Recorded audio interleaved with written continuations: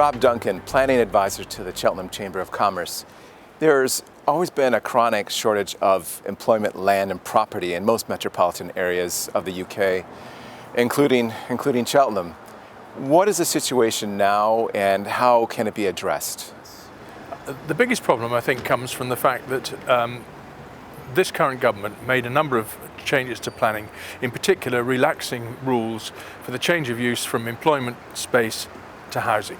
Now, that's been a very good thing in many ways for redundant buildings that are no longer fit for purpose, and it's also probably, hopefully, helping some of the housing crisis shortage. So that, as a basic principle, has been a good thing. But the problem starts to become when the changes and the applications for change of use are more on economic grounds, where purely the building or the site has a higher value for residential than it does for commercial use. And unless you can protect your commercial and industrial base, you're going to end up losing it all. And that is where we are, I think, in Cheltenham. We're beginning to see buildings that still could have further use coming under pressure for changes to residential use. So what can the Chamber do, along with the business community, to help improve the situation here in Cheltenham? Well, I think all we can really do is to lobby government for clarification on the current position. As a Chamber, we've been in touch with our MP Alex Chalk, and we've been talking to him about what he can and can't do. Now, he's very strongly supportive of our position, and he's already started having discussions with planning ministers, and I believe has asked questions in the House about how we can deal with this particular problem. Because the basic principle, the original idea, was to mop up surplus space and increase the housing stock. All good things.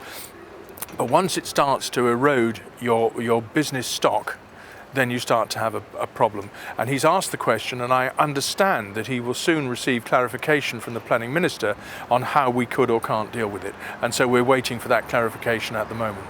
So is Cheltenham still viewed as a good place to do business? Oh, I hope so. I mean, one of the big things coming through the joint core strategy for the area is hopefully a sufficient provision for land and employment land opportunities for the future.